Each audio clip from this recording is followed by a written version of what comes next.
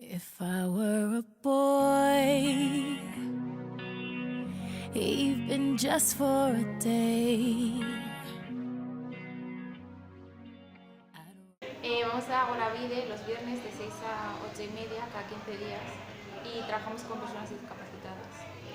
Básicamente lo que hacemos son distintas actividades, ya que ellos de por sí son bastante independientes y vienen aquí a pasar su tiempo libre.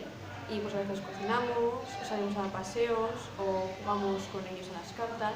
Sí, está muy bien porque además de que están ellos, luego también hay varios monitores y también nos lo pasamos nosotros bien. O sea, también nuestro tiempo libre pues hacemos actividades. Pues lo que intentamos es que todos estemos unidos y pues que nadie se sienta solo. Y pues sí que me ha sorprendido para bien. Out of bed in the morning and throw on what I